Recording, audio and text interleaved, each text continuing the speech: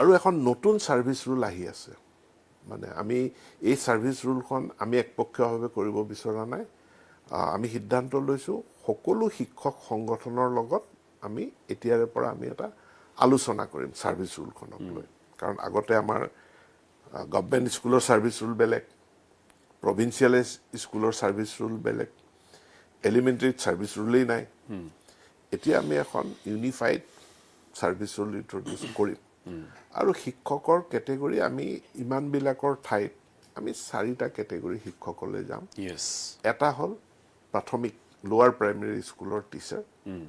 দ্বিতীয়টো হল গ্ৰেজুৱেট মান টিচাৰ মানে আপাৰ প্ৰাইমেৰী তৃতীয়টো হল গ্ৰেজুৱেট টিচাৰ চতুৰ্থটো হল পোষ্ট গ্ৰেজুৱেট টিচাৰ শিক্ষকসকলৰ কোনো প্ৰমোশনৰ সুবিধা নাই এতিয়া আমি প্ৰস্তাৱ কৰিছো যে শিক্ষকসকল যদি নিযুক্তি পাইছে তেওঁ এলপি টিচাৰ হিচাপে তেওঁ ইউপি টিচাৰলৈ প্ৰমোশন পাব পৰাৰ ব্যৱস্থা আমি কৰি আছো যিজন আপাৰ প্ৰাইমেৰী টিচাৰ তেওঁ হাই স্কুলৰ গ্ৰেজুৱেট টিচাৰলৈ তেওঁ প্ৰমোশন পাব পাৰিব প্ৰভাইডেড তেওঁৰ ৰিকুইজিট কোৱালিফিকেশন আছে বহুত এমএ এমএসসি বা এমকম পাস কৰি পেলে গ্ৰেজুৱেট টিচাৰ হিচাপে যোগদান কৰিছে তেওঁৰ বিএডও আছে এতেকে তেখেতৰ যেহেতু মাস্টাৰ্স ডিগ্ৰী আছে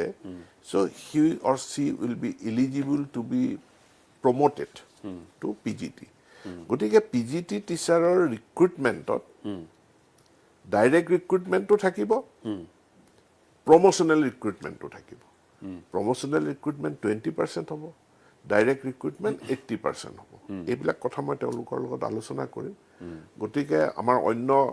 কৰ্মচাৰীৰ ক্ষেত্ৰত যেটো প্ৰমোশনৰ সুবিধা থাকে হেতু আমি শিক্ষকৰ ক্ষেত্ৰত প্ৰমোশনৰ সুবিধাটো আমি ইন্ট্ৰোডিউস কৰিব বিচাৰিম সাবেদসকল আজি ভিডিওটো আপোনালোকক দেখালো শিক্ষামন্ত্ৰী মহোদয়ে শিক্ষকৰ প্ৰমোশন কেনেকৈ কৰিব এই বিষয়ে জনালে সো সাবেদসকল